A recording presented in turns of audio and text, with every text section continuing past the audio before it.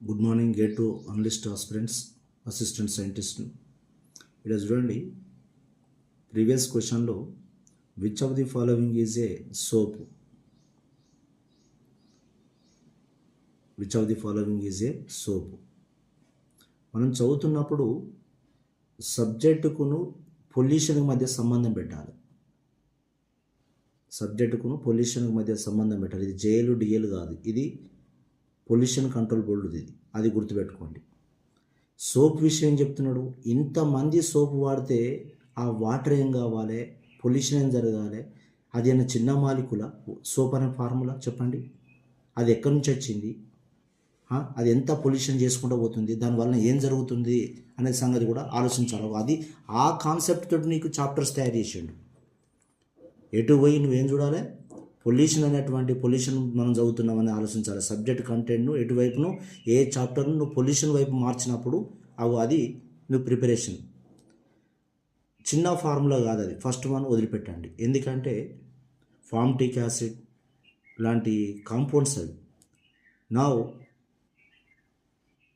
C18H37CONA, C17H35 benzene sulphonate, sodium estate ఇచ్చిండు. దీంట్లో ఏంటిది అన్నాడు, ఒక్కటి గుర్తుపెట్టుకోండి. Sodium carboxylate. అది సోడియం ఉన్నట్లయితేనో దట్ ఈస్ డిటర్జెంటు, పొటాషియం ఉన్నట్లయితే అది టాయిలెట్ సోప్, మన స్కిన్ సోప్. ఓకేనా?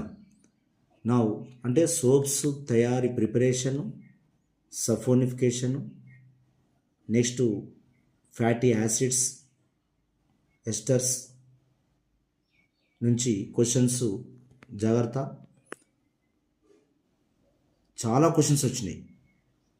C17H35COONA, సల్ఫోనేట్ పెట్టద్దు.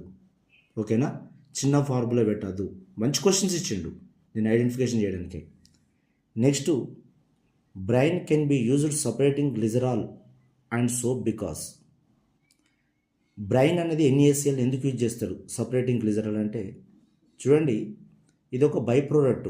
సోప్స్ తయారు చేసేటప్పుడు glycerol is a by product. దాన్ని రిమూవ్ చేయాలి. Glycerol is more soluble in brine than the soap. Soap కంటే గ్లిజరాల్లో బ్రైన్లో ఎక్కువ కరుగుతుంది కావున దాన్ని వాడుతున్నారు.